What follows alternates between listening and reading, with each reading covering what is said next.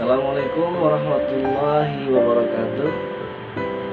Perkenalkan, nama saya Iwan Nur Mausah dari Prodi Manajemen Sorebe.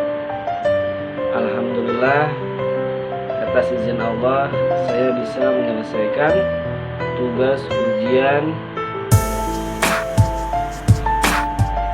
akhir semester untuk memenuhi perkuliahan semester 1 yang diampu oleh dosen Ibu Rosa Jenita MPD dengan materi otonomi daerah, implementasi Prolegnas masyarakat madani untuk mewujudkan tujuan pembangunan nasional. Ya, mari kita bahas pembahasan pertama itu. Apa itu otonomi? Otonomi adalah kapasitas untuk membuat keputusan tanpa diganggu-gugat. Apa itu otonomi daerah? Otonomi daerah adalah kewenangan untuk mengatur sendiri kepentingan masyarakat atau kepentingan untuk membuat aturan guna mengurus daerahnya sendiri. Nah, selanjutnya, apa itu implementasi? Implementasi adalah tindakan-tindakan yang dilakukan oleh individu atau pejabat-pejabat, kelompok-kelompok pemerintah atau swasta yang diarahkan pada terciptanya tujuan-tujuan yang telah digariskan dalam keputusan kebijakan. Nah, apa itu Prolegnas? Prolegnas merupakan politik dan strategis nasional yang berarti asas haluan usaha serta kebijaksanaan negara tentang pembinaan, perencanaan, pembangunan, pemeliharaan, dan pengadilan, serta penggunaan kekuatan nasional untuk mencapai tujuan nasional. Nah, apa itu masyarakat madani? Masyarakat madani adalah sistem sosial yang subur yang diasaskan kepada prinsip moral yang menjamin keseimbangan antara kebebasan perorangan dengan kestabilan masyarakat. Nah, beberapa asas yang harus dimiliki yaitu yang pertama, asas keimanan dan ketakwaan terhadap Tuhan Yang Maha Esa. Segala usaha dan kegiatan dalam pembangunan nasional dijiwai, digerakkan dan dikendalikan oleh keimanan dan ketakwaan seluruh masyarakat terhadap Tuhan Yang Maha Esa sebagai nilai luhur ataupun pedoman yang menjadi landasan spiritual, moral, dan etika dalam rangka pembangunan nasional sebagai pengamalan Pancasila.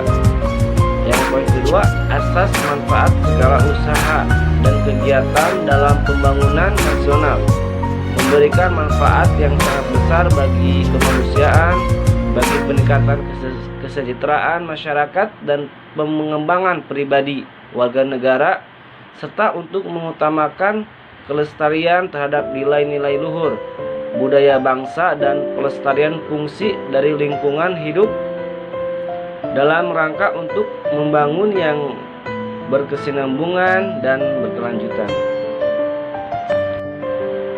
Nah, yang poin selanjutnya, asas demokrasi. Pancasila upaya dalam mencapai tujuan pembangunan nasional yang meliputi seluruh kehidupan bermasyarakat, berbangsa, dan bernegara dilakukan dengan penuh semangat kekeluargaan yang memiliki ciri-ciri kebersamaan, gotong royong, persatuan, dan kesatuan melalui musyawarah bersama untuk mencapai kesepakatan. Yang poin keempatnya, asas adil dan merata. Pembangunan nasional yang diselenggarakan sebagai usaha bersama harus adil dan merata di seluruh lapisan masyarakat dan di seluruh wilayah tanah air tanpa terkecuali. Yang poin kelimanya, asas keseimbangan, keserasian, keselarasan dalam kehidupan pembangunan nasional harus terciptanya suatu keseimbangan antara berbagai kepentingan, yaitu berupa keseimbangan, keserasian, serta keselarasan antara kepentingan dunia dan akhirat, jiwa dan raga, individu, masyarakat, dan negara, dan lain-lainnya. Nah, yang poin ke-6-nya, asas kesadaran hukum.